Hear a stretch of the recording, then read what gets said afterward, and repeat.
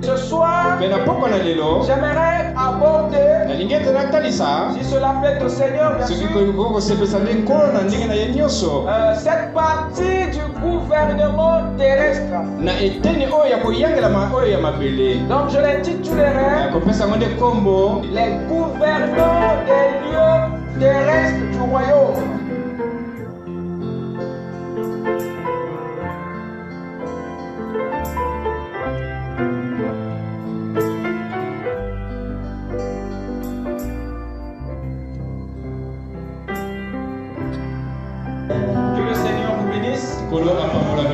Je vous salue tous dans le nom du Seigneur Jésus-Christ. Nous sommes infiniment reconnaissants pour la grâce qu'il nous a accordée d'être comptés parmi les vivants. Et sans plus tarder, je vais vous inviter à vous lever pour lire les Saintes Écritures.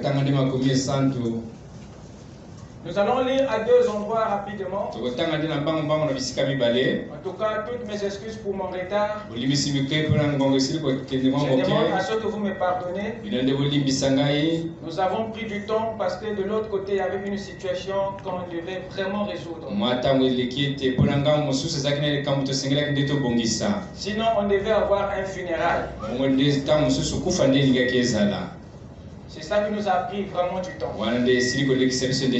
Alors nous allons rapidement aborder la leçon du jour et essayer un peu de voir la pensée du Seigneur à notre sujet. Amen. Nous allons lire dans Psaume 115.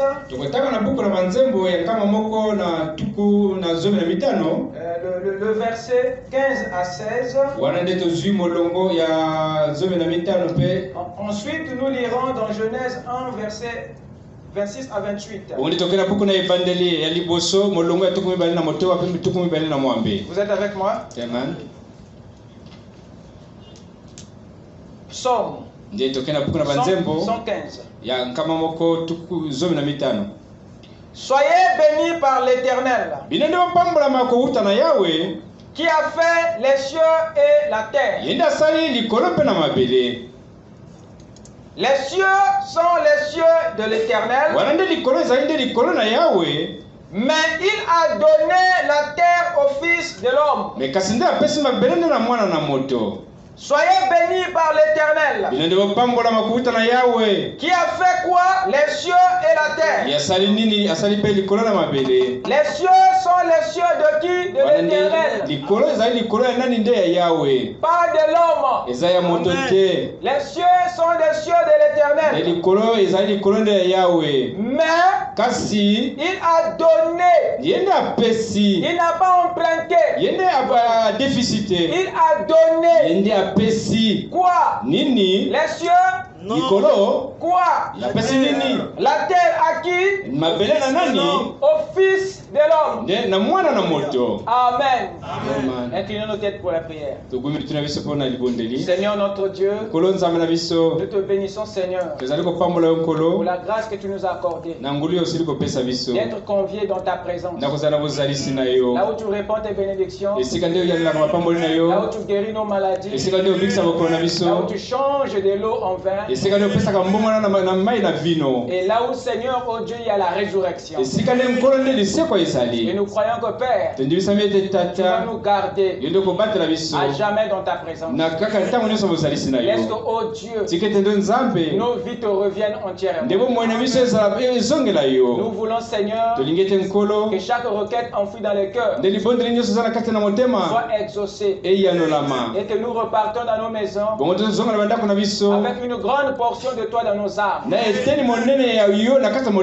Bénis ta parole. Viens oindre les lèvres qui vont parler et les cœurs qui vont écouter. Du début jusqu'à la fin, nous voulons que ça soit le logos, la parole ointe, la sémence du royaume dans nos cœurs. Dans le nom de Jésus-Christ, nous avons ainsi prié. Amen. Je vous prie de vous asseoir. Pendant que vous ouvrez dans Genèse 1,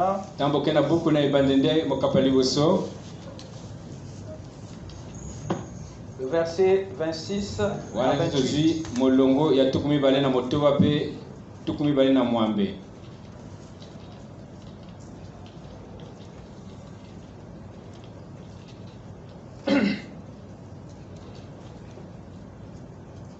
Voici ce qui est dit.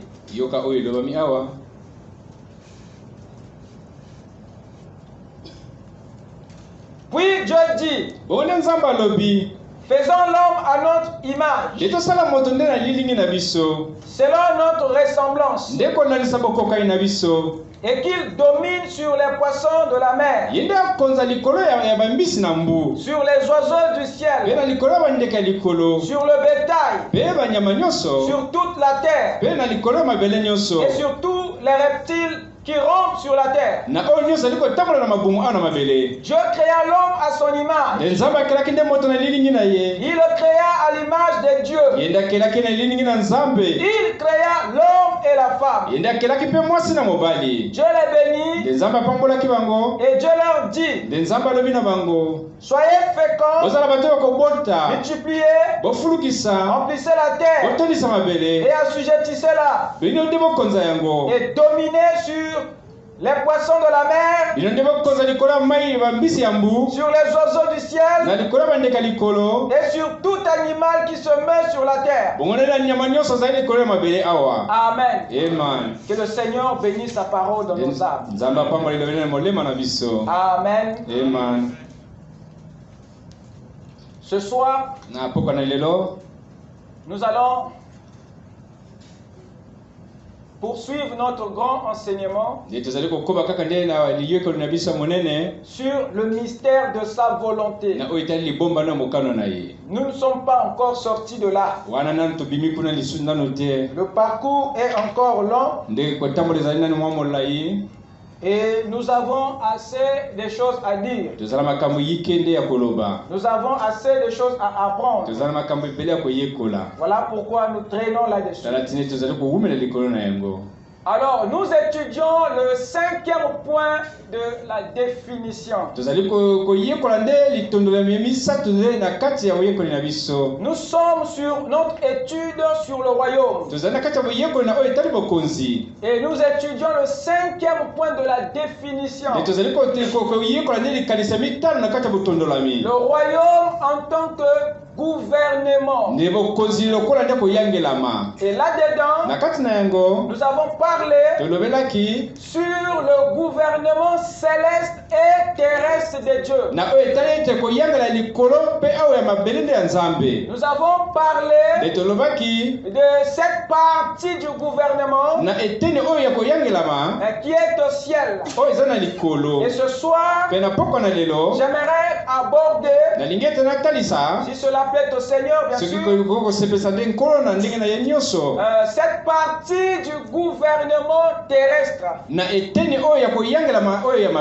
Donc je l'intitulerai les gouvernants des lieux terrestres du royaume de Dieu. Les gouvernants des lieux terrestre du royaume. Parce que il y a des gouvernants des lieux célestes. Et il y a aussi les gouvernants des lieux terrestres. Nous avons dernièrement, vous êtes avec moi? Amen. Nous avons dernièrement évoqué 7 espèces dans la création.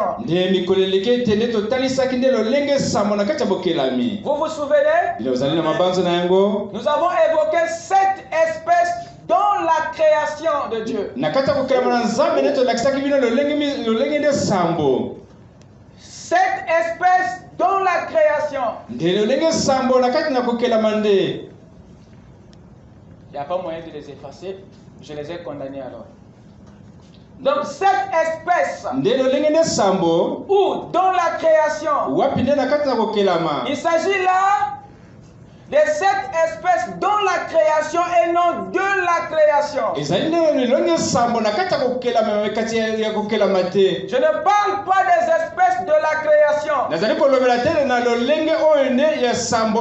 Mais je parle des espèces dans la création.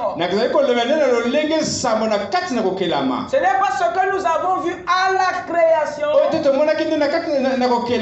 mais ce que nous voyons dans la création. Nous avons évoqué 7. Je vais les citer en désordre. Nous avons parlé de l'espèce inerte. Il s'agit là des pierres, du sable, de la poussière, de la montagne, de la terre, ainsi de suite. Nous avons évoqué l'espèce fluide. Il s'agit là des matières liquides. Nous avons parlé de l'espèce végétale. Il s'agit là de la flore. Nous avons parlé de l'espèce animale. Il s'agit là de la faune. Nous avons parlé de l'espèce humaine, qui est le corps humain ou le genre humain, le corps physique. Vous êtes avec moi? L'homme de Genèse 2,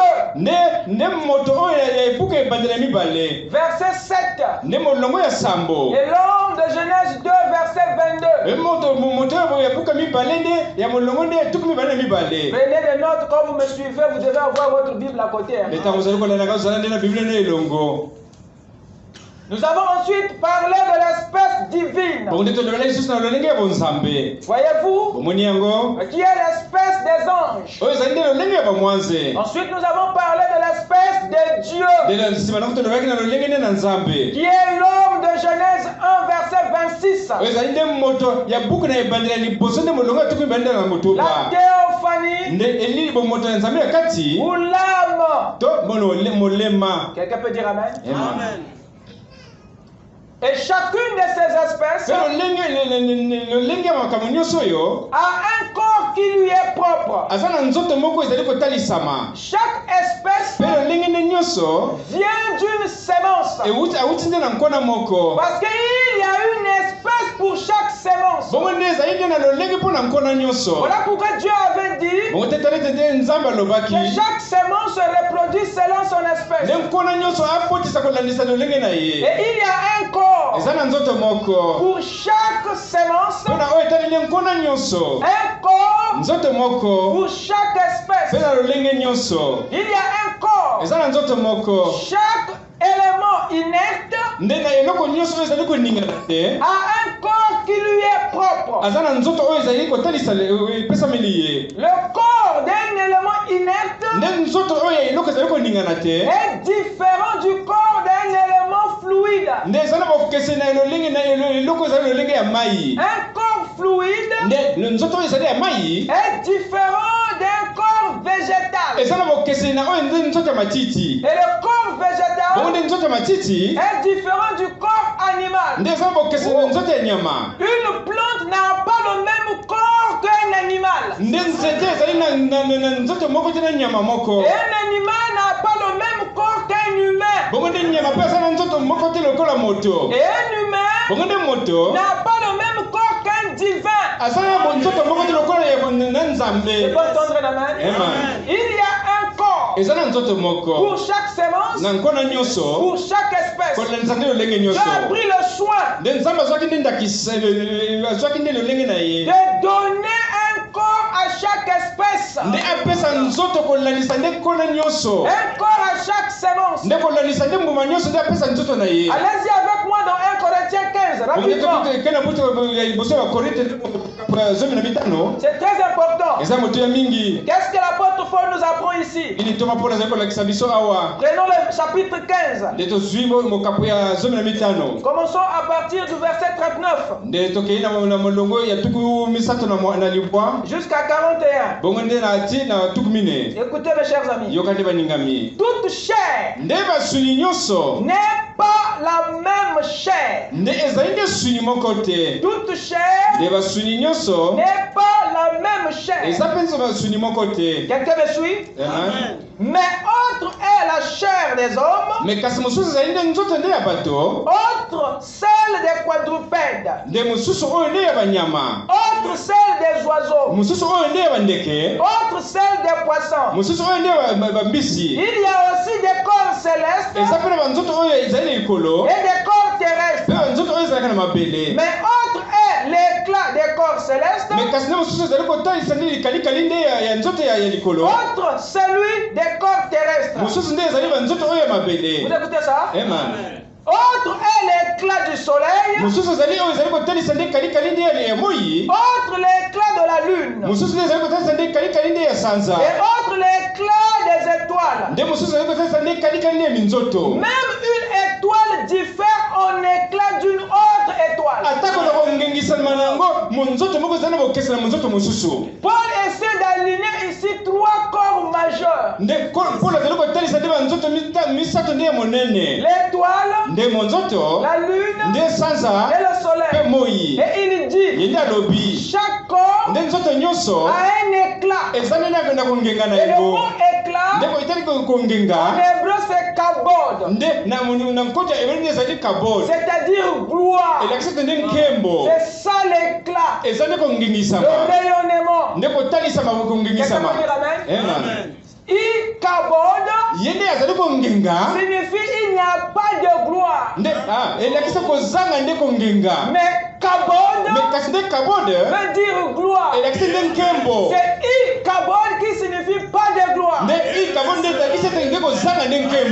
Et dans la même signification, le même mot kabod qui veut dire gloire veut aussi dire poids. Donc ce qui a du poids, ce qui pèse, ce qui est vraiment important. Dites amen. Et c'est ce que le mot éclat veut dire. Donc Paul quand il parle, il dit qu'il y a des corps qui ont l'éclat de l'étoile, d'autres ont l'éclat de la lune, d'autres ont l'éclat du soleil. Donc les gloires des corps est différent. Il y a des corps qui brillent à la lumière du soleil. Il y a d'autres qui brillent à la lumière de la lune, d'autres à la lumière des étoiles. Donc le degré de la lumière ou du rayonnement est différent. Quelqu'un peut dire amen? Et dans ces espèces que Dieu a créées, et chaque espèce a un corps dont la gloire a un degré. Par exemple, nous avons ici l'espèce inerte, l'espèce fluide, l'espèce végétale, l'espèce animale, l'espèce humaine. Ces corps ont l'éclat des étoiles. Dites amen. Maintenant nous avons ici l'espèce divine. Lui, c'est un corps différent de ce que nous avons cité. L'espèce divine brille mieux que ce que nous avons cité. C'est lui qui a l'éclat de la lune. Et nous avons en dernier l'espèce de Dieu. C'est la seule de toutes les espèces qui a un éclat du soleil. Et le soleil, vous savez qui est-ce qu'il représente? Le soleil représente Dieu. Et l'espèce de Dieu qui est l'homme de Genèse 1, lui, il a un corps dont la gloire, l'éclat reflète celui du soleil. Pour dire que le corps de cet être a plus de gloire que les autres. Amen. Vous devez connaître quelle est la gloire de votre théophanie. Votre théophanie brille à la lumière du soleil. Mais le corps des anges brille à la lumière de la lune. Et le reste à la lumière des étoiles. Mais la gloire de votre âme dépasse le carbone des corps angéliques. Est-ce que je peux entendre la main? Vous devez comprendre ça, c'est très important. C'est très capital, mes chers amis. Alors remarquez, il y a dans ces 7 espèces quelque chose de très particulier. D'abord, ces 7 espèces se divisent en 2 groupes. Il y a le groupe des espèces inférieures et le groupe des espèces supérieures. Il y a 5 espèces inférieures et 2 espèces supérieures. Quelqu'un peut dire amen? Amen. Nous avons ici l'espèce inerte, l'espèce fluide, l'espèce végétale, l'espèce animale et l'espèce humaine. Voilà le groupe des espèces inférieures. Vous les avez 5. Et il y a de l'autre côté le groupe des espèces supérieures.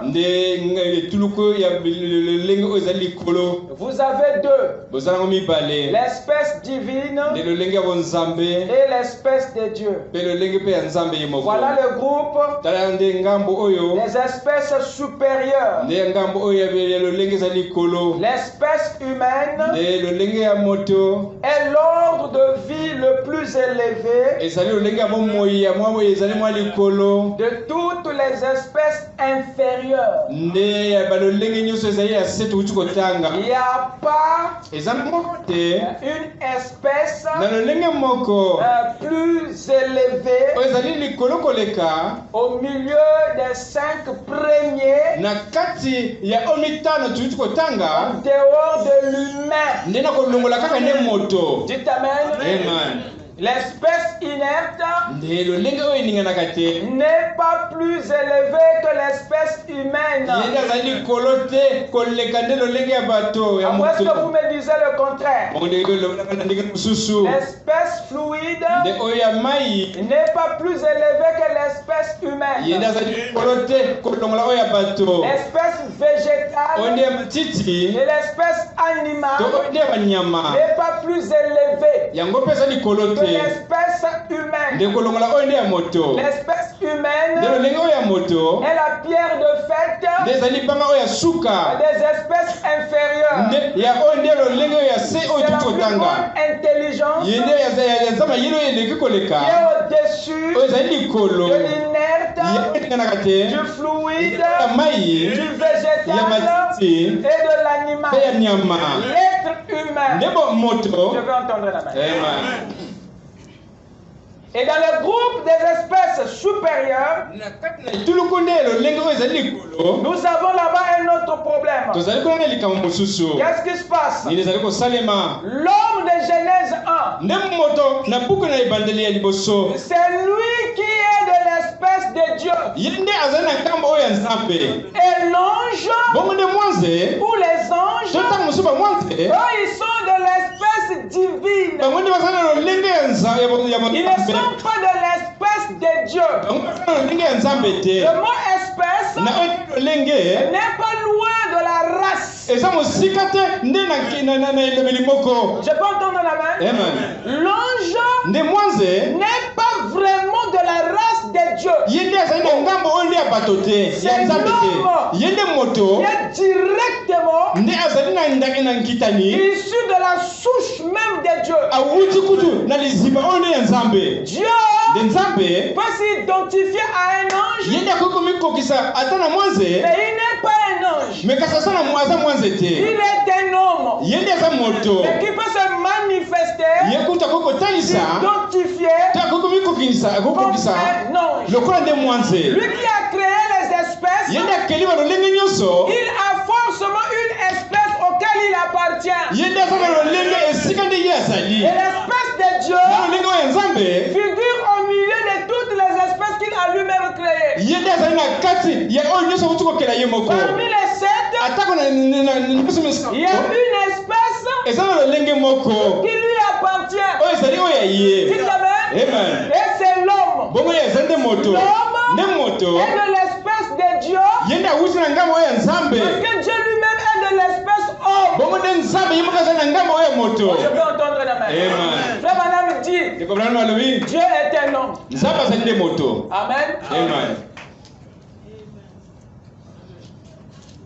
Remarquez ce qui se passe. Nous sommes dans l'espèce supérieure. Dans le groupe de l'espèce supérieure. Qu'est-ce qui se passe? L'homme. Je parle ici de la théophanie. Cet être surnaturel qui est derrière ta chair, qui est au fin fond de ton esprit.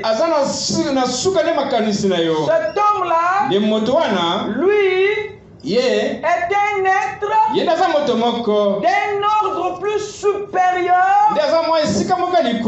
à l'ange, l'espèce divine. Cet être dont je parle, lui, il n'est inférieur qu'à Dieu, pas à l'ange. Il n'est inférieur qu'à Dieu. Dites amen. Pourquoi? Parce qu'il est de l'espèce de Dieu. Il est le seul esprit. Peut-être est la seule théophanie. Et toutes les théophanies créées par Dieu,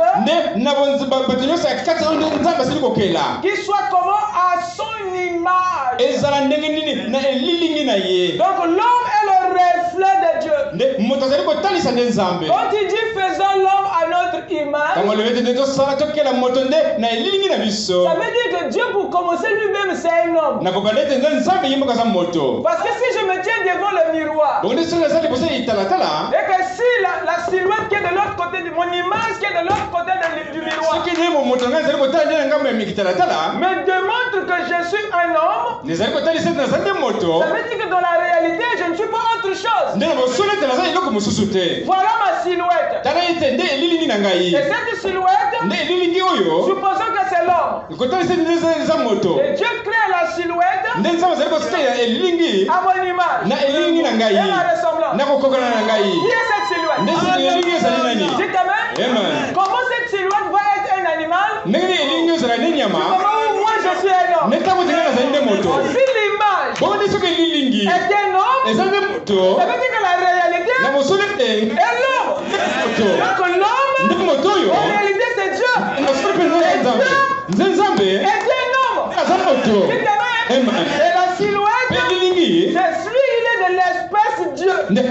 Et Dieu est de l'espèce homme. C'est ça le mystère.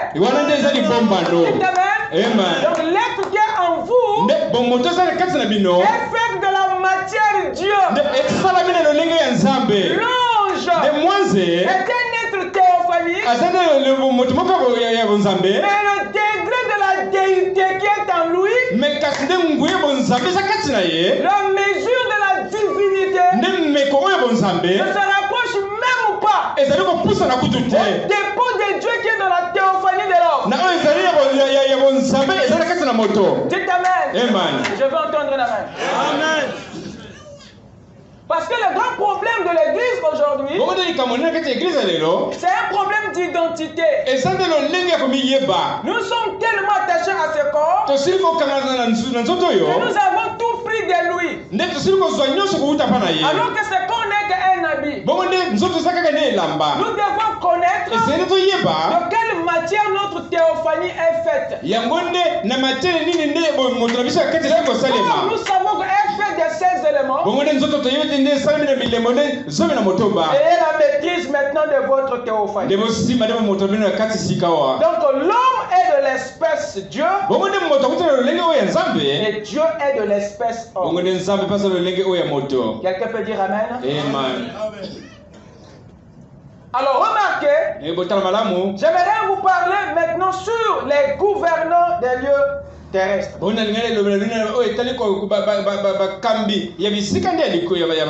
Mais avant cela, remarquez une chose. Nous avons parlé de l'espèce divine. Nous avons parlé des anges qui sont des gouvernants des lieux célestes. Nous avons étudié leur espèce. Et nous avons vu dans quel ordre chacun appartient.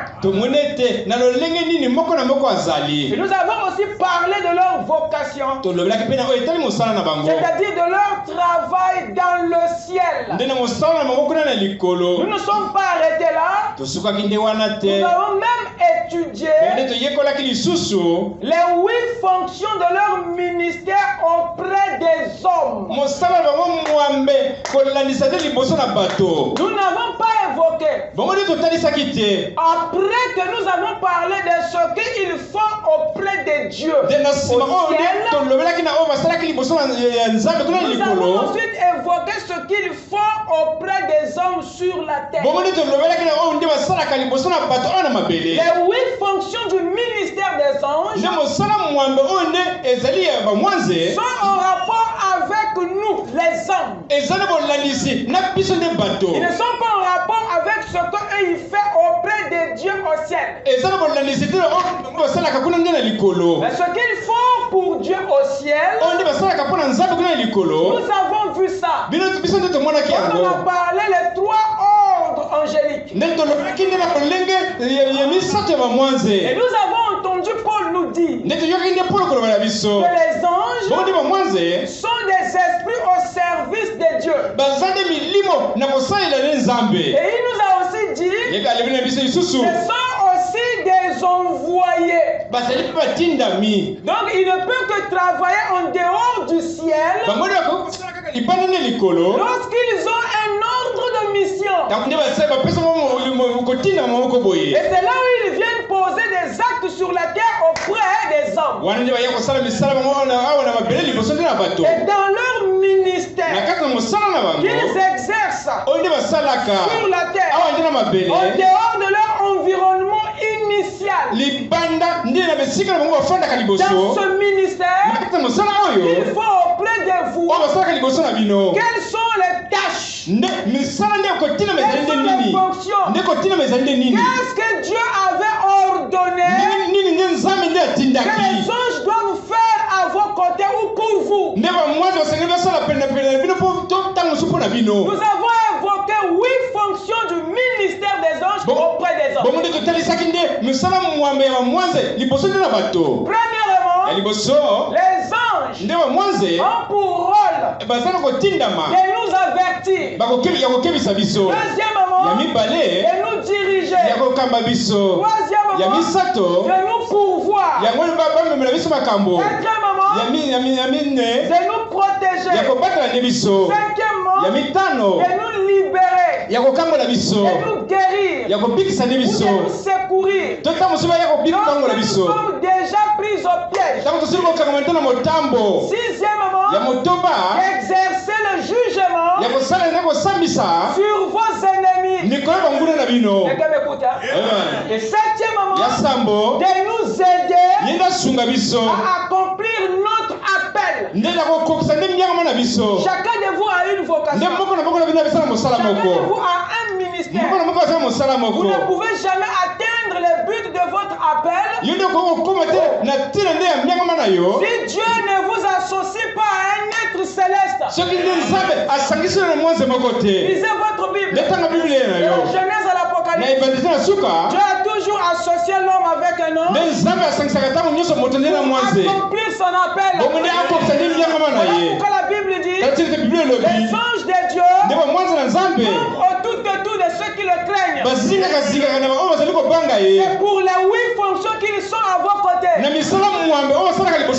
Et ton appel, peu importe ce que c'est, que ce soit une vocation céleste, que ce soit ta vocation terrestre, tu as besoin d'un esprit pour te pousser, pour t'aider, atteindre le but de ton existence sur la terre.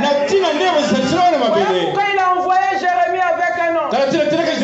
Il a envoyé Moïse avec un ange. Il a envoyé Paul avec un ange.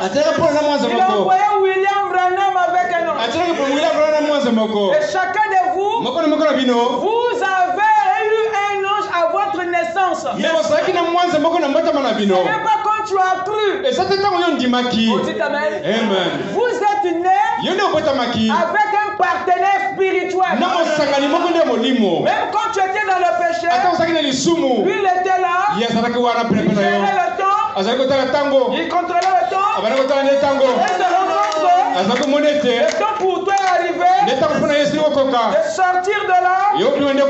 Alors c'est lui qui pousse les circonstances, il met un dégoût. Tu ne sais pas pourquoi. Il y a un être qui contrôle, il commence à te pousser. Pourquoi? Parce qu'il y a des dons en toi qui ne peuvent pas éclater dans le péché. Et ils savent que le but de ton existence n'est possible que quand ces dons de l'esprit sont éclatés. Et lui, il doit te pousser. Il commence à créer une insatisfaction.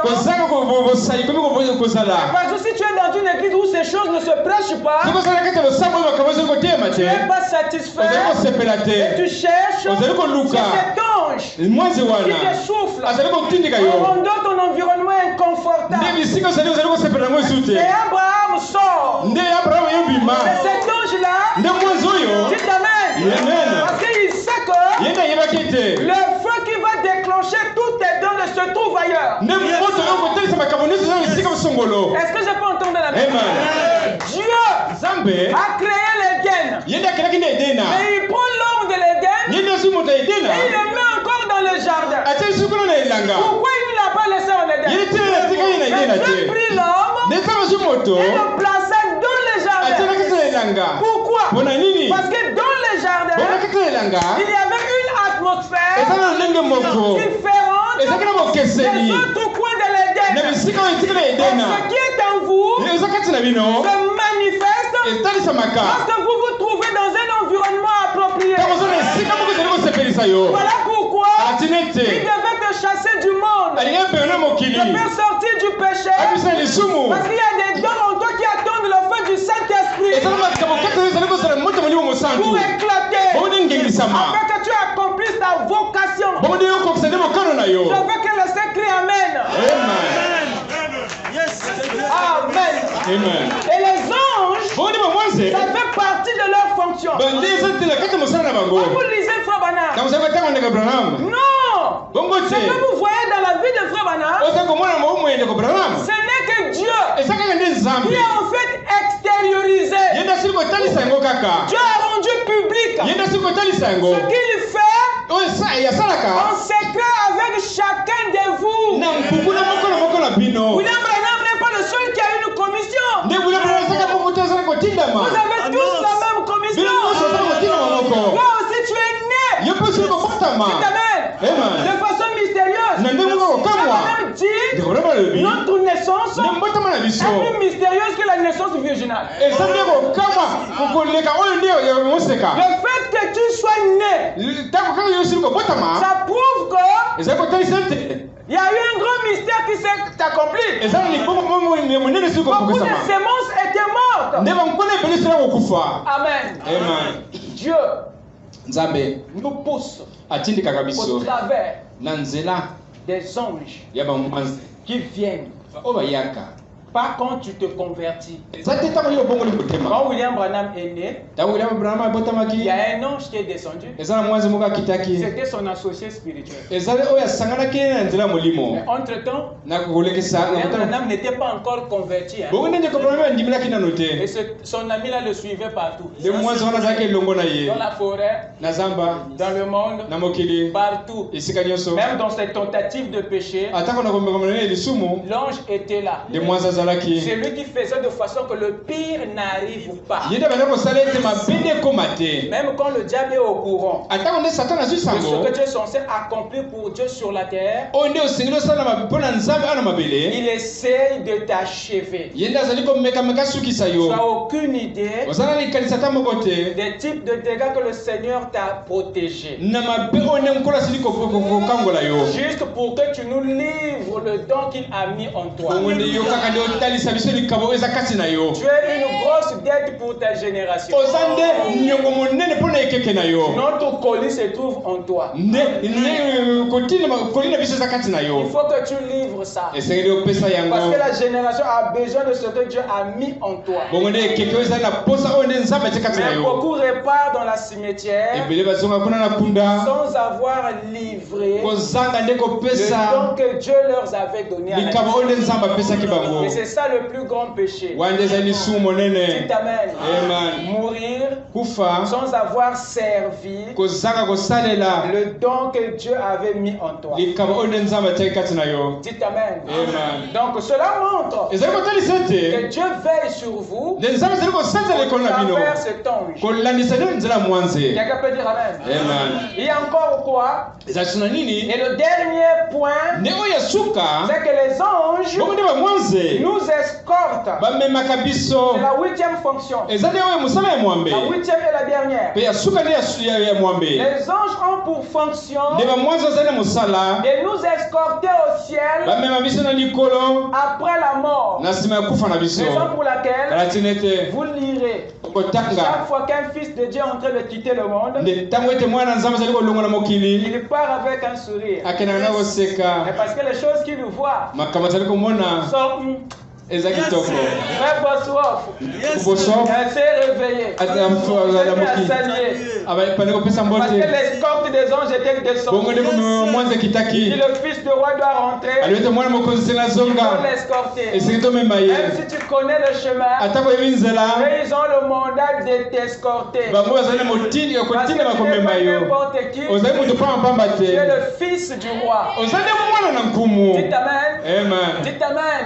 Voilà pourquoi quand le jeune homme Lazare, quand il est mort, lisez bien votre Bible. La Bible dit et les anges l'escorta dans le sein d'Abraham. Remarquez bien, la 6e dimension n'était pas encore ouverte. Mais les anges l'ont accompagné dans le séjour des morts. Mais quand le jeune homme riche est mort, aucun ange n'est mentionné. Vous pouvez comprendre. Paul a dit que ces anges de Dieu exercent un ministère en faveur de ceux qui doivent hériter quoi? Le alors si leur ministère est en faveur des croyants, ça veut dire que ce ministère est en défaveur des pécheurs. Voilà pourquoi beaucoup ne bénéficient pas de ce ministère. Beaucoup ne sont pas visités. Beaucoup ne tirent pas avantage du ministère des anges parce que leur cœur est en mauvais état. Oh, dites Amen. 8 fonctions. Et c'est très important. Alors le problème ici, c'est que nous ne savons pas comment mobiliser ces anges pour nous. Et le moyen scripturaire pour mettre les anges à votre service, ce n'est pas on a adorons les anges. Ce n'est pas en leur adressant ta prière. Ne le faites pas, c'est un blasphème dans notre royaume. La meilleure façon pour mobiliser les anges, c'est de s'adresser à Dieu. C'est ce que Jésus a dit dans Matthieu 26. Verset 53. Il a dit, n'invoquerai-je pas mon Père pour qu'il m'envoie 12 légions d'anges? C'est le Fils de Dieu, mon frère. Il n'a même pas besoin de dire un mot à son Père. Il n'a même pas besoin d'implorer le Père. Son autorité le permet normalement de parler directement aux anges. Mais le royaume est assis sur des principes. Même le Fils lui-même doit s'aligner pour être fort. Vous devez être derrière la parole. Si tu veux être faible, sois devant la parole. Ou brise la parole. Tu m'en donneras des nouvelles. Donc Jésus, pour être fort, pour amener le ciel tout entier à son service, il devait seulement s'aligner derrière la parole. Tu parles à Dieu et lui mobilise. Dites Amen. Voilà comment est-ce que les citoyens du royaume mobilisent les anges à leur faveur. C'est en parlant à Dieu et non en priant les anges. Ô Sainte Marie, Mère de Dieu, priez pour nous pauvres pécheurs. Michael, toi le défenseur du peuple de Dieu, défends-nous dans le combat. Zéro. Tu es là dans le culte des anges. Tu es un vrai idolâtre. Dites Amen. Dieu depuis le ciel, il est en train de te lorgner. Ça, c'est ce qui se passe dans la religion. Mais dans le royaume, non, monsieur. Je peux entendre un amen. Je suis passé par là juste pour positionner. Et c'est très important. Alors remarquez, ces anges, nous avons vu qu'ils sont différents. Ils sont différents. Le prophète dit, dans la brèche, paragraphe 129, il donne une déclaration forte là-bas. J'aimerais que vous le partagez. Il dit des choses dures au sujet des anges. Il dit ceci. Il ne pouvait pas prendre un ange. Il lui fallait un homme. Parce que nous n'avons aucun lien de parenté avec les anges. Qu'est-ce qu'il veut dire? Il continue. Nous sommes parents entre nous. Nous qui? Amen. Il dit nous sommes parents entre nous. L'ange n'est jamais tombé. C'est un être d'une espèce différente. Et peut-être que tu penses que je suis à gauche quand je parle des espèces. J'ai fait déjà le tour du message. C'est ça de quoi je parle. Dites Amen. Il dit l'ange, c'est un être d'une autre espèce, d'une espèce différente. Donc l'ange c'est une espèce. Il dit l'ange c'est un être d'une espèce différente. Virgule. Il a un corps différent. Du vôtre, bien sûr. Quelqu'un peut dire amen? Quelqu'un peut dire amen? C'est très important. Alors, remarquez, mes chers amis. Parlons maintenant des hommes et de ce qu'ils sont. À la différence des anges. Qu'est-ce qui se passe? Les gouvernants des lieux terrestres. Il y a un problème ici. Allons-y rapidement dans Genèse chapitre 5. Ouvrez la Bible avec moi s'il vous plaît.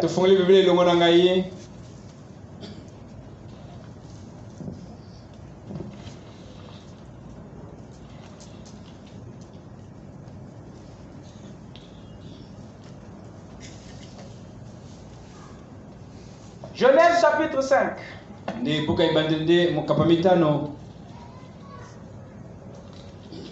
On va lire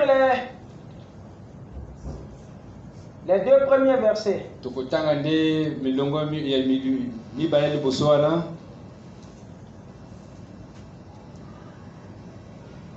Voici le livre de la postérité d'Adam. Lorsque Dieu créa l'homme, il le fit à la ressemblance de Dieu.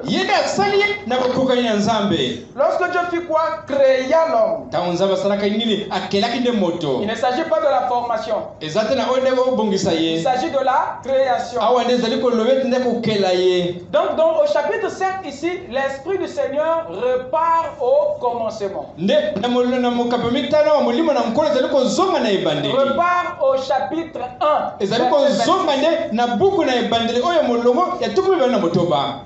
Lorsque Dieu créa l'homme, il le fit à la ressemblance de Dieu. Il créa l'homme et la femme. Vous écoutez ça? Amen. Lorsque Dieu créa quoi? Il dit créa l'homme. Il le fit à la ressemblance de Dieu. C'est ce que le Saint-Esprit dit ici. Cet homme qui fut créé, vous remarquerez qu'il est au singulier. Celui qui était à l'image et à la ressemblance de Dieu. Il disait la suite avec moi. Il créa l'homme et la femme. Vous écoutez ça? Amen. Qu'est-ce qui se passe? Donc cet homme qui était à l'image de Dieu était homme et femme. Voyez-vous? Amen. Vous êtes avec moi? Continuons la lecture. Il les bénit. Il les bénit. Et il les appela du nom d'homme. Lorsqu'ils furent créés, il les appela. L'homme et la femme. Lorsqu'ils furent créés à l'image de Dieu, Dieu les appela du nom d'homme. Quand Dieu parle de l'homme, en fait, il ne parle pas de l'homme. Et quand Dieu parle de l'homme, il parle d'une espèce qui est née en deux modèles.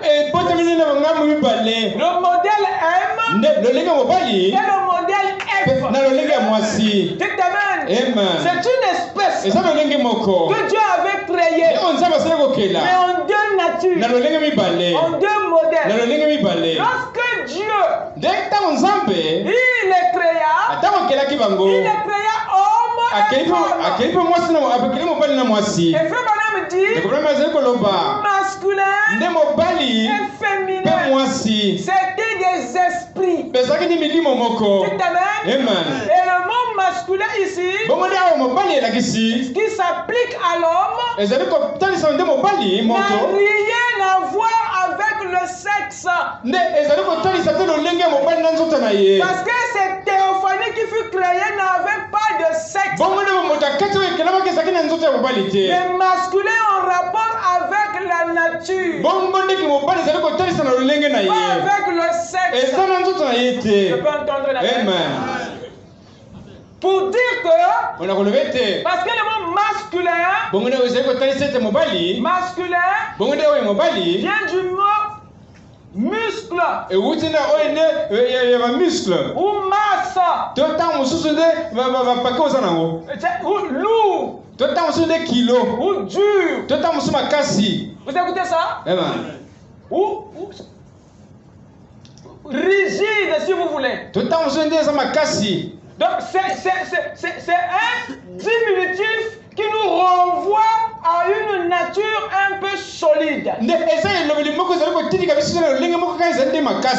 Et féminin, ça se rapporte à faible, douce, délicate, douce, délicate, tendre. C'est ça féminin. Ça n'a rien à voir avec l'organe sexuel. My God.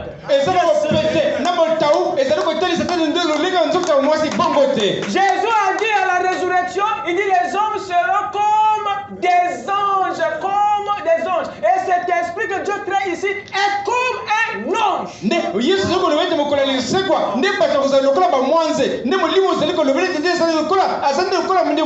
la Bible ne souligne pas le sexe des anges.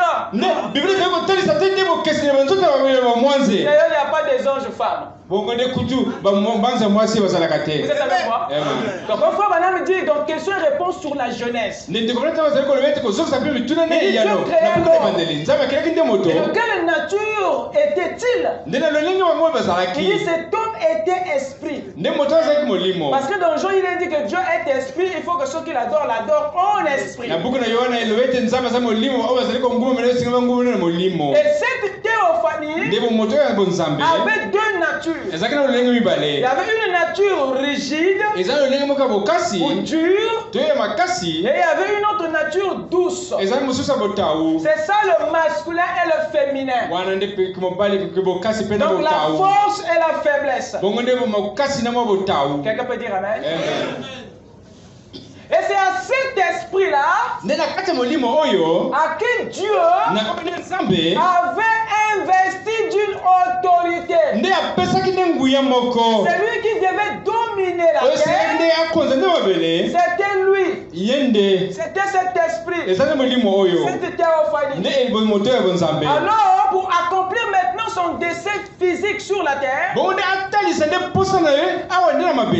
Dieu descend maintenant dans Genèse 2 verset 7. Il vient faire quoi? Il vient maintenant former. Mais celui-ci était créé. Vous écoutez ça? Alors la différence c'est que la création et la formation. La différence est que la création, Dieu le fait à partir de quelque chose qui n'a jamais été créé lui-même. Mais la formation est en rapport avec une matière qui a déjà été. Raison pour laquelle la poussière à partir duquel Dieu forme Adam est une matière qui avait été créée. Dites amen. Mais Dieu, il est la matière d'origine de cet homme. Mais Dieu n'a jamais été créé. Il existe par lui-même. Voilà pourquoi il est Elohim. Alors remarquez, Dieu forme à partir de la poussière un corps humain, une espèce inférieure à l'espèce de Dieu. Et qu'est-ce qu'il fait? Il prend cet homme qui a eu un esprit, une théophanie, il l'amène dans ce corps il a formé de la poussière. Et ce mot Adam signifie tirer de la poussière noire. Vous écoutez ça? Tirer de la poussière. C'est ce que le mot Adam veut dire. Donc Adam n'était pas en fait un nom, mais c'était en fait une origine. Le mot Adam, le corps humain a porté ce nom pour donner un repère à la génération à venir. Pour vous dire que d'où est-ce que le corps vient. Adam en fait c'est un repère. Que vous ne confondez pas celui-ci à celui-là. Donc Dieu donne ce nom pour que ses fils ne se perdent pas. Et c'est très dangereux pour un homme de se prendre pour Adam. C'est grave pour une femme de se prendre pour Ève. Je parle à moi-même. Vous avez ici des habits, des vêtements dans lesquels Dieu a revêtu, a caché ses esprits. Il prend l'homme et il l'amène dans un corps physique, le corps humain. Il l'amène en fait dans une espèce plus inférieure à celui-là. Le fait que l'espèce humaine est basse, voilà pourquoi madame le compare à l'animal. Parce qu'il est bas par rapport à celui-ci. Celui-ci fait partie des espèces inférieures. Dieu amène cette théophanie. Il a créé en Genèse 1 verset 26. Il le fait descendre dans un corps physique fait à partir de la poussière. Pas de la terre, hein? Mais de la poussière.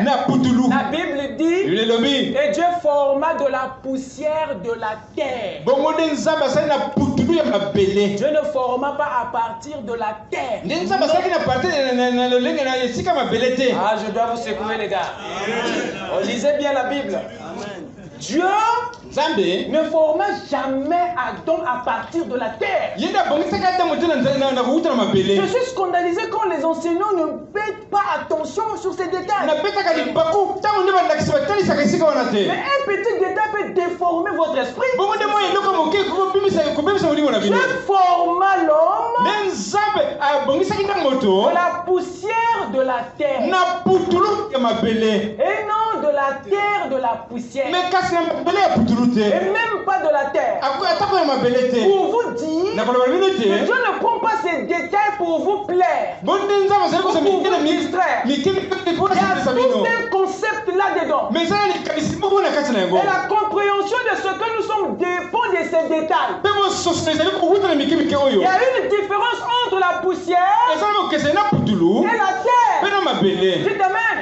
Dieu pouvait faire l'homme à partir de la pierre. Dieu pouvait former l'homme à partir de la terre.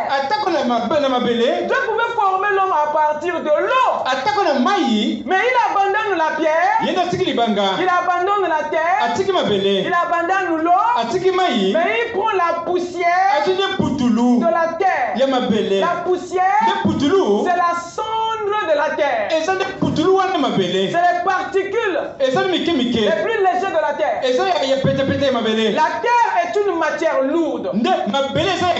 La poussière est une matière légère. Mais la pierre est une matière dure. Je parle à moi-même. Alors Dieu prend la partie la plus légère de la terre. Il sait que s'il fait l'homme à partir de la terre, vous allez hériter la nature de la terre. Dites amen. Il prend la poussière parce qu'il voulait que vous ayez les caractéristiques caractéristiques de la poussière. Voilà pourquoi il prit la poussière. Parce qu'il y a des éléments dans la poussière que Dieu voulait voir dans le corps humain. Dieu a communiqué à l'être humain les caractéristiques de la poussière. Donc Dieu ne voulait pas que tu sois lourd, empesé. Parce que la poussière est mobile, volatile. La poussière est adhésive. Dites amen. Dieu voulait voir l'être humain être adhésive. C'est-à-dire collant. C'est-à-dire fidèle. Le colon est fidèle. Dites amen. Voilà l'intention de Dieu. On a cherché la poussière. Il voulait que l'espèce humaine soit l'espèce la plus attachante, la plus fidèle. Vous n'êtes pas censé aller jeûner, prier pour être fidèle à votre Dieu. C'est la suite que vous a rendu infidèle. Dans l'intention de Dieu, la fidélité ou l'attachement, c'était une nature naturelle. Personne ne devait aller jeûner, prier, Seigneur, rends-moi fidèle. Non! J'ai envie de vous secouer. Que le Seigneur vous bénisse.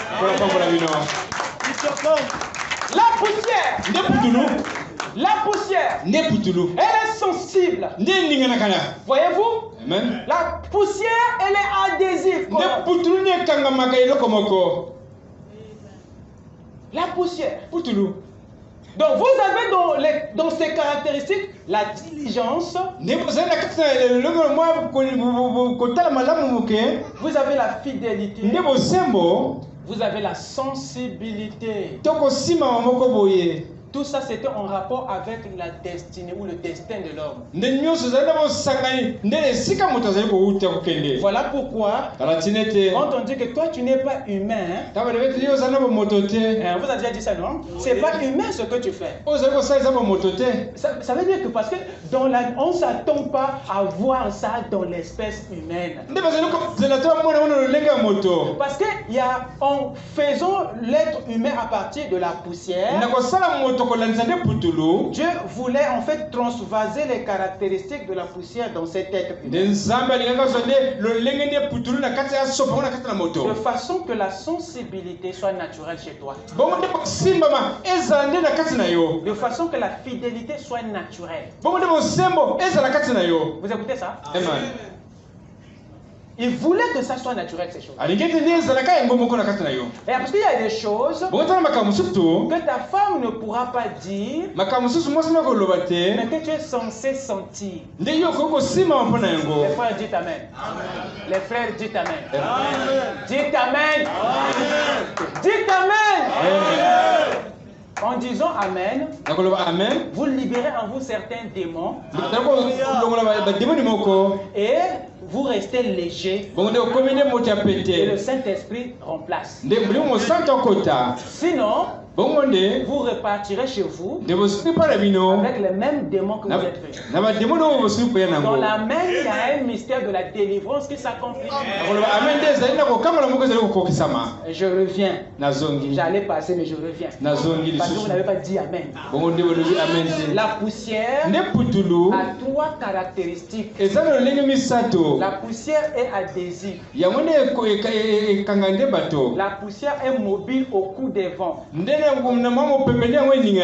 poussière est sensible. La sensibilité. Vous écoutez ça? L'adhésive est en rapport avec la fidélité. La mobilité est en rapport avec la diligence. Donc Dieu voulait que l'être humain soit fidèle Vous écoutez ça? Sois sensible et sois diligent. C'est-à-dire, lorsque tu es marié pour Dieu, tu restes attaché jusqu'à ce que la mort vous sépare. Le divorce n'a jamais été un programme dans le plan de Dieu.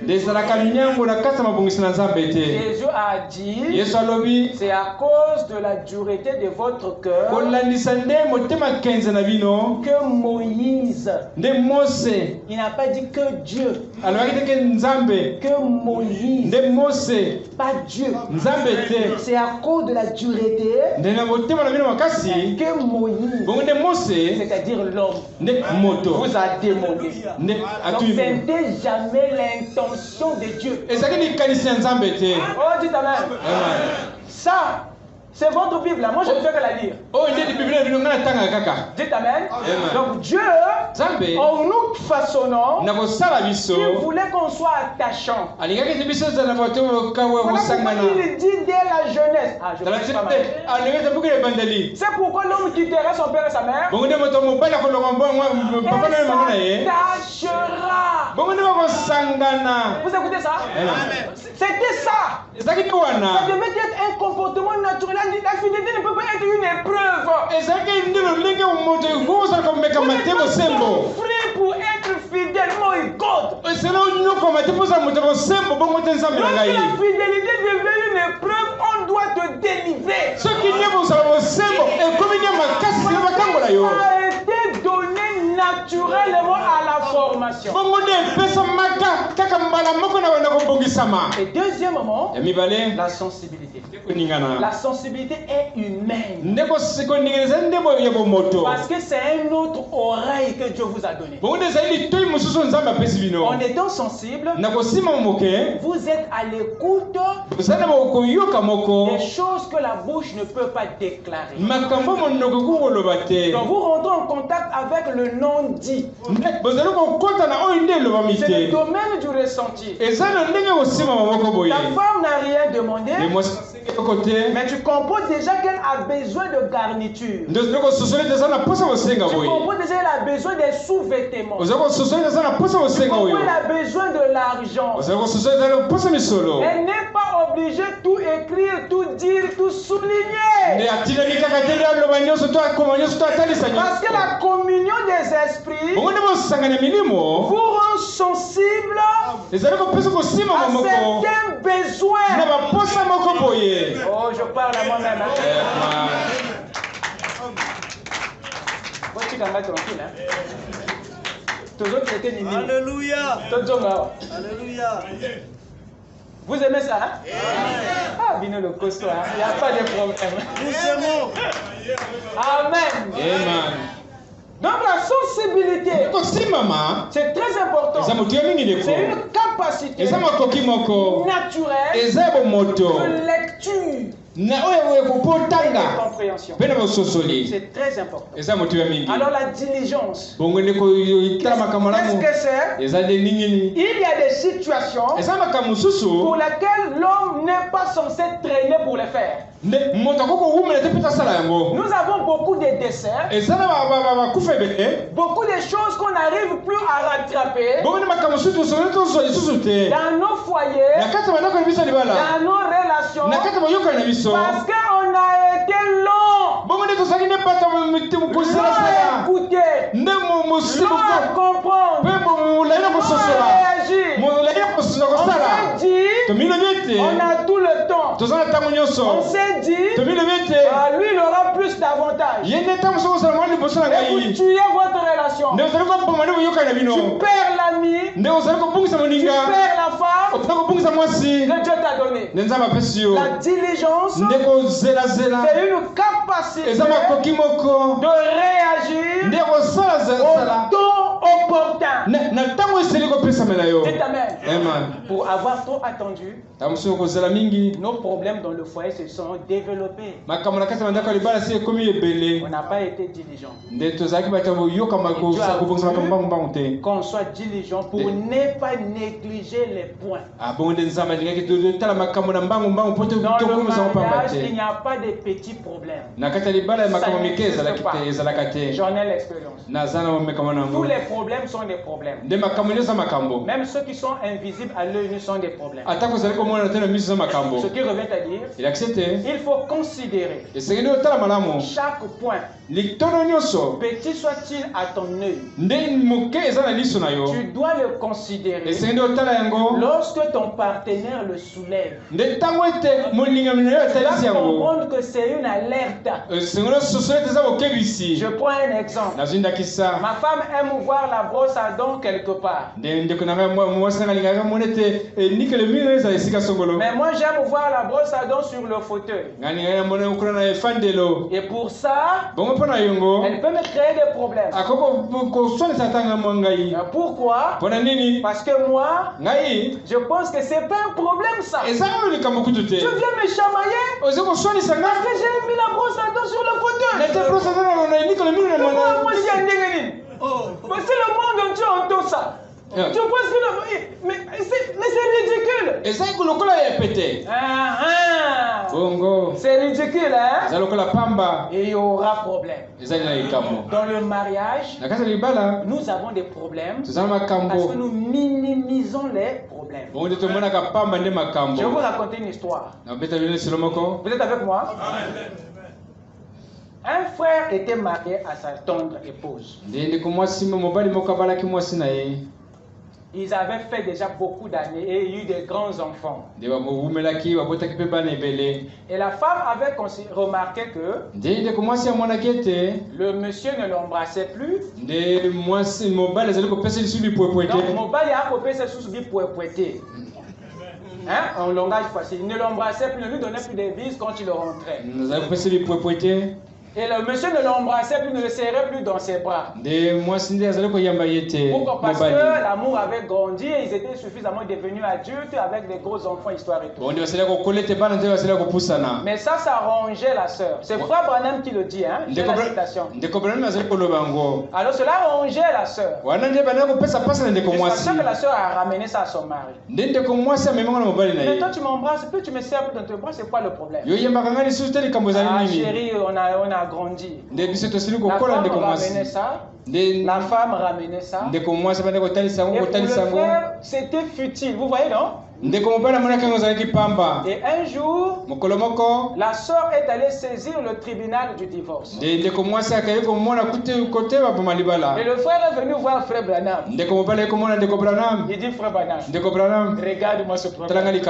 Ta sœur m'a traduit en justice. Frère Branham dit pourquoi? Il dit parce que je ne l'embrasse plus. Je ne la serre plus dans mes bras. C'est tout le problème. Frère Branham dit ah bon? Regardez-moi. Pourtant pour le frère c'était ridicule. Vous écoutez ça? Amen. Dieu t'amène. Frère Branham a dit regardez le frère. Donc pour les embrassements, elle est allée saisir le paquet. Oh oui. Frère Branham dit tu as tort frère. La sœur a raison. Elle demande ce qui est important pour elle. Où est le péché? Donne-lui ce qu'elle demande. Est-ce que ce n'est pas dans ses droits d'être embrassé, d'être chatoué, d'être serré? Ce n'est pas dans ses droits. Frère Branham dit tu as tort. Elle a raison. Il dit va parler à ta femme avant qu'il soit trop tard. Donc le frère croyait que Frère Branham allait lui donner raison. Il croyait que l'homme de Dieu allait minimiser le problème de la manière que lui le minimise. Frère Branham lui a dit va parler à ta femme. Parce qu'elle a raison. Le frère a dit Frère Branham, moi je ne vais pas partir. Elle Elle a confiance en toi. C'est ta femme.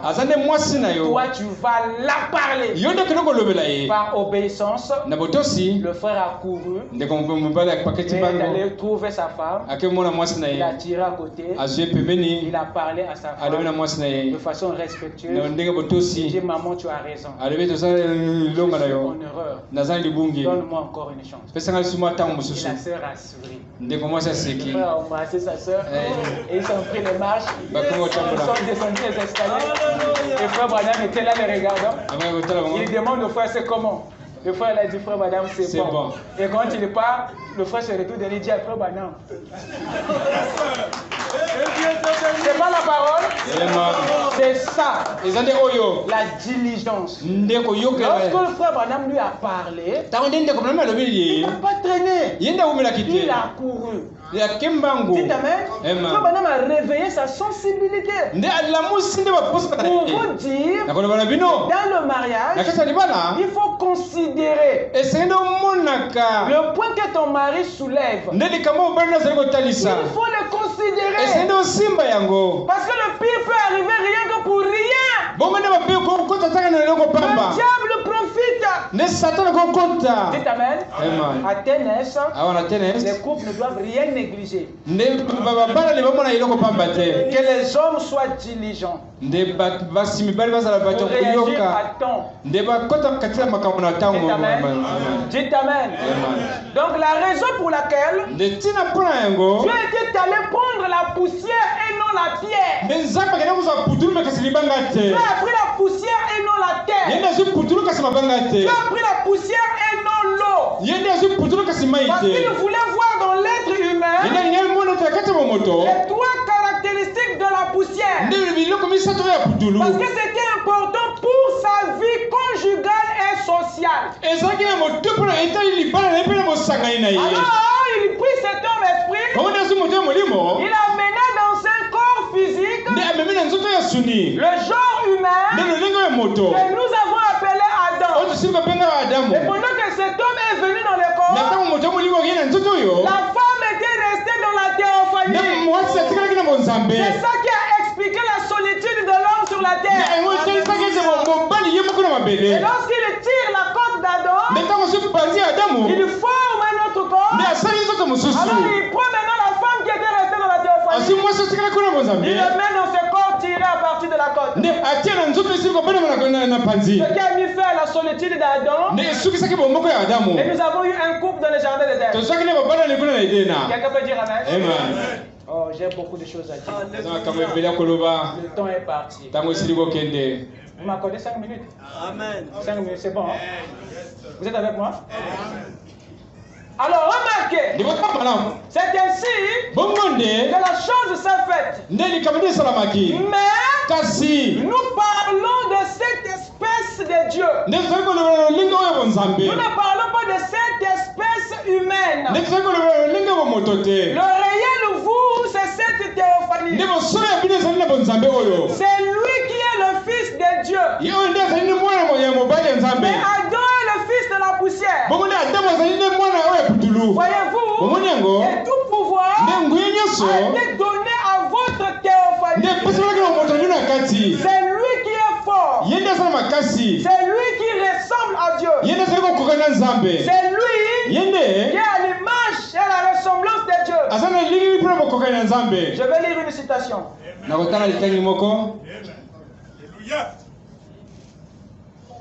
Je suis ici dans question-réponse sur les Hébreux. Troisième partie, paragraphe 631. Vous voyez, dans votre corps, à l'intérieur de vous, il y a un esprit, un autre homme.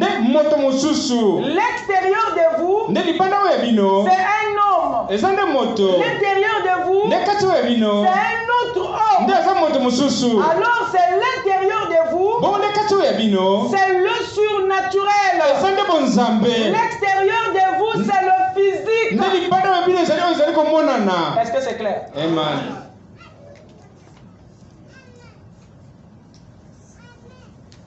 Je suis dans Adoption, page partie 2.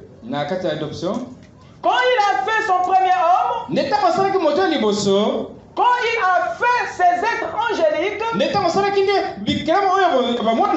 a fait l'homme. Il les créa, homme et femme, dans un seul bloc. Il était à la fois homme et femme, féminin et masculin. Paragraphe 33. Il n'y a jamais rien eu, jamais dans le passé, et il n'y aura plus jamais rien de créé, rien qui soit supérieur à l'homme, parce que l'homme est à l'image de Dieu. Jamais supérieur à l'homme, même pas un ange. Vous écoutez ça? Amen. Écoutez maintenant ça. Je vais aller dans la révélation. Donc Apocalypse chapitre 4, troisième partie. Paragraphe 305. Je l'ai ici en anglais. Maintenant, is an angel a higher order than a man or a lower order? Maintenant, l'ange est-il de l'ordre plus élevé que l'homme? Ou bien il est de l'ordre plus bas? Which is the greatest, a son of God or an angel? Lequel des deux est plus élevé, plus supérieur? Le Fils de Dieu ou bien l'ange? Frère Madame dit, c'est le Fils de Dieu. Il dit lequel? De Dieu. Lequel des deux que Dieu va mieux écouter? L'ange ou bien l'homme? Frère Madame dit c'est l'homme, le Fils de Dieu. Et pourquoi? Parce que vous êtes des fils et des filles de Dieu. Les anges sont des serviteurs, mais vous êtes des fils et des filles de Dieu. Il dit, vous voyez quelle autorité vous avez? Nous avons simplement peur de l'utiliser. La frère Branham termine le débat. Il montre que notre espèce est plus élevée que celui des anges. Quelqu'un peut dire Amen? Amen. Écoutez, je vais terminer dans cette citation. La parole parlée. La parole parlée. Je vais commencer à partir de du paragraphe 364 jusqu'à 371 pour ceux qui prennent des notes. Je vais donner ceci, on va continuer prochainement. Chaque semence doit être produite selon son espèce. Dieu a fait l'homme à son image, selon son espèce, à lui. Vous écoutez ça? Amen. Je répète. Chaque semence doit être produite selon son espèce. Dieu a fait l'homme à son image, selon son espèce à lui, pour qu'il soit sa parole sur terre. Vous comprenez le motif, hein? Amen. Il a fait à son espèce pour que l'homme soit sa parole sur la terre. Il ajoute ceci. Et Dieu, au commencement, a fait l'homme à son image. Et c'est cette espèce d'homme-là.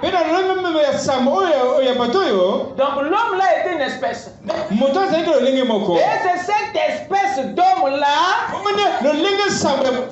que Dieu a fait aujourd'hui. Donc ce qu'il est en train de bâtir par la parole en vous, c'est le premier homme. Dieu veut avoir à nouveau les âmes à son image. Nous prêchons pour amener notre théophanie à cette dimension. Parce que cette théophanie c'était identifié à des corps. Voyez-vous? Pour maintenant vous séparer de cette conscience, il faut un message d'identité. Comme celui que je prêche. Il n'y a que ça qui peut venir dire à Adam, qui peut venir dire à l'homme qui est en Adam, que toi, tu n'es pas Adam. Sinon tu vas tout hériter de Adam et tu commenceras à t'approprier la vie terrestre comme étant la vie de l'âme. Il faut un message qui va séparer ces deux hommes. Dites Amen. Amen.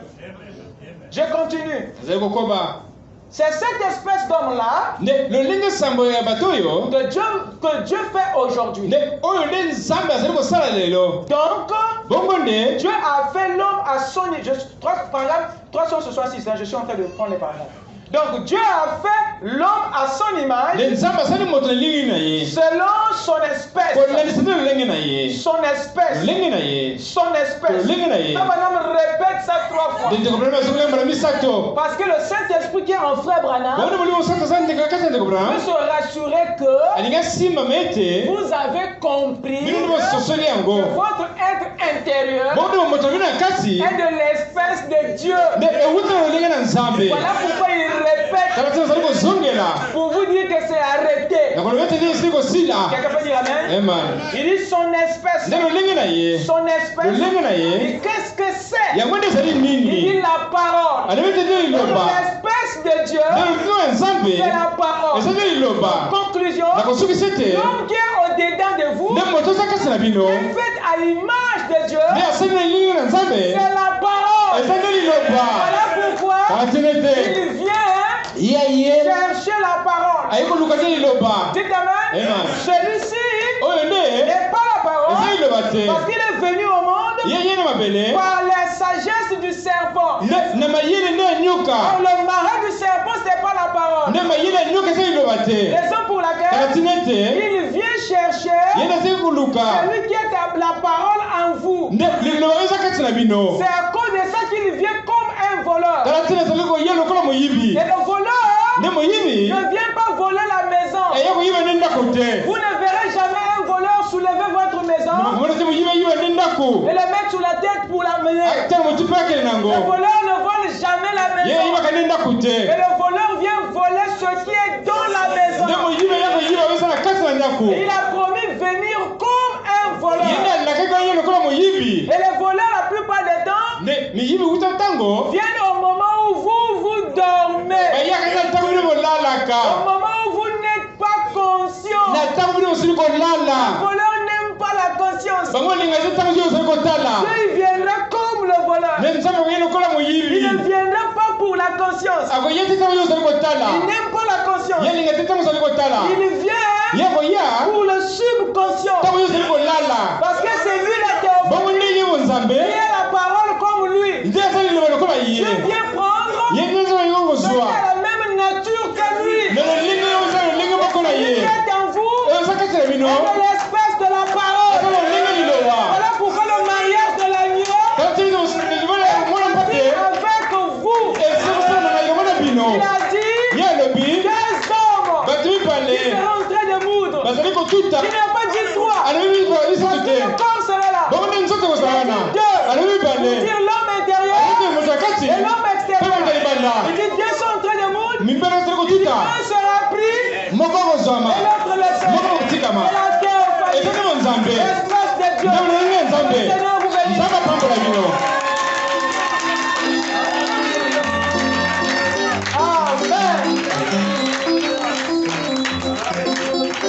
Amen.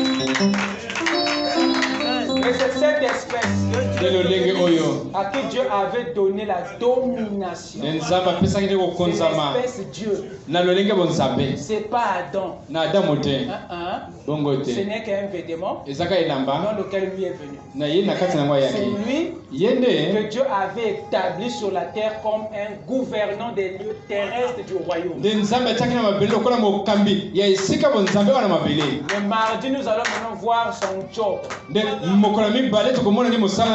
Dans cette vocation, quel était son travail? Que Dieu vous bénisse. Amen. À qui est-ce que le Seigneur a parlé ce soir? Acclamons le Seigneur.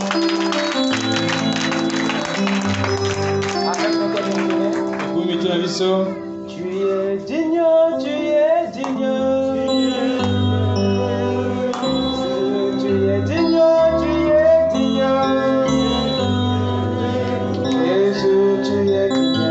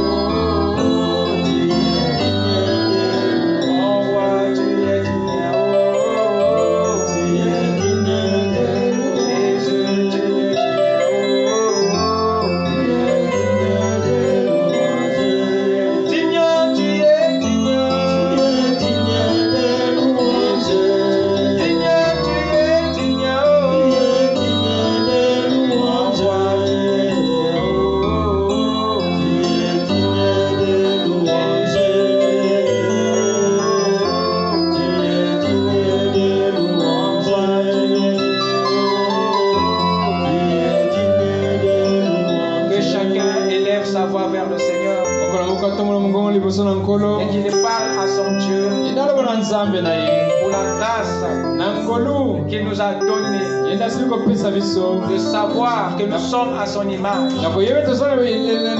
et à sa ressemblance. Et celui qui est en nous est à l'image de Dieu.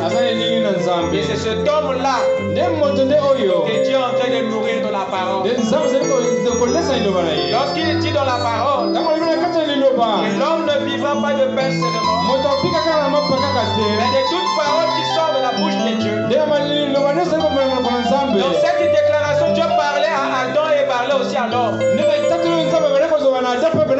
Dans cette écriture, Dieu parlait à l'homme extérieur et à l'homme intérieur. C'est Adam qui se nourrit du pain naturel. Mais c'est l'homme intérieur qui se nourrit de la parole. Parce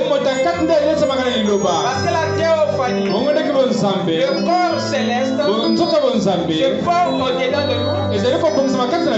Lorsque nous écoutons la parole, c'est la parole qui tisse l'homme intérieur. C'est la parole qui donne les vertus à cet homme. C'est l'évangile qui restaure cet homme dans sa position. Et c'est la parole qui ramène cette image, qui ramène cette ressemblance. C'est la parole de Dieu qui amène les vertus en nous. C'est la parole qui nous rend semblables à Dieu. C'est la parole qui fait ce travail, qui amène la perfection, qui amène le Saint-Esprit dans cet homme intérieur.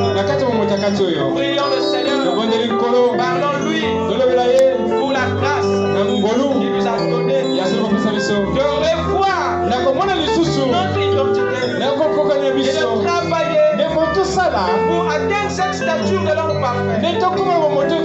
Ça n'a jamais été le corps, ça a toujours été l'âme, notre être intérieur. Prions le Seigneur.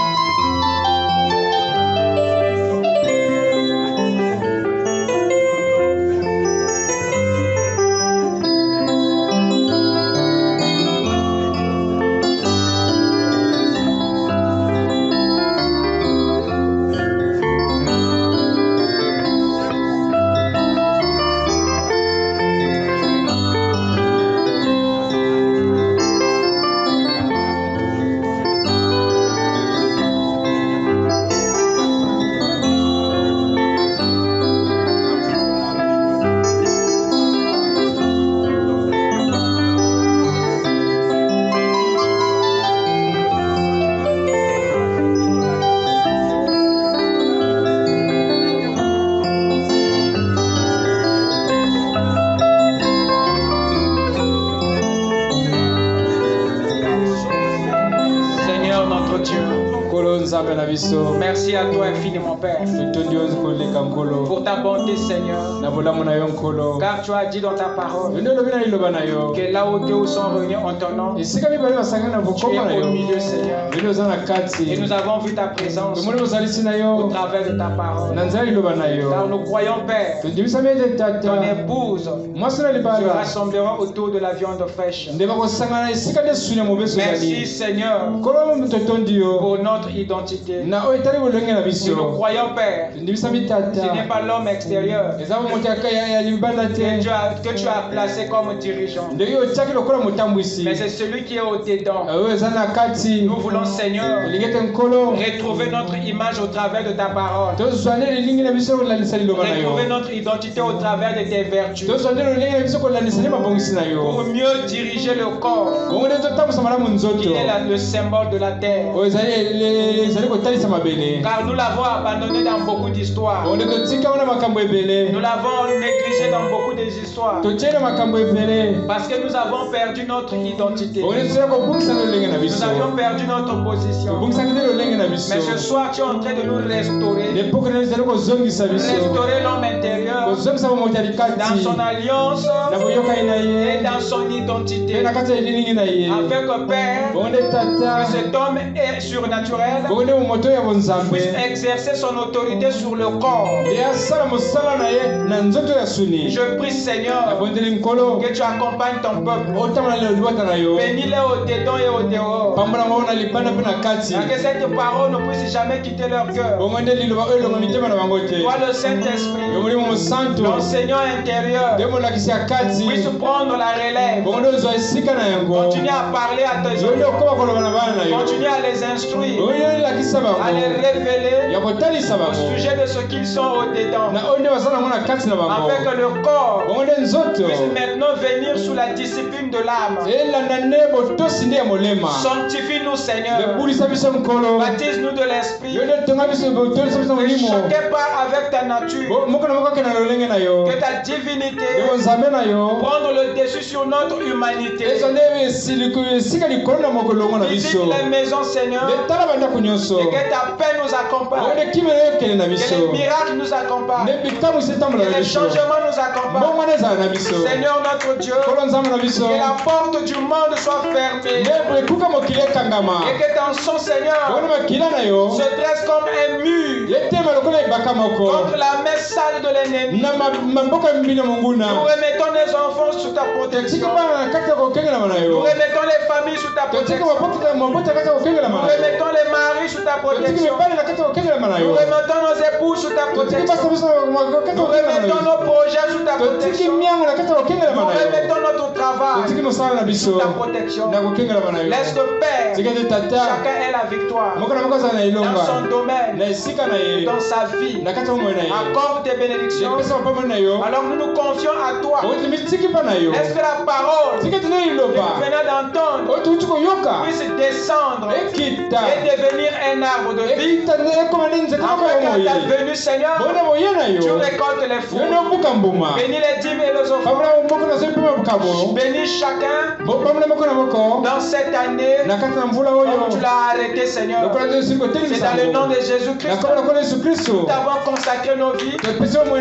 Amen. Que Dieu vous bénisse. Merci beaucoup pour votre patience. Entrez dans sa paix.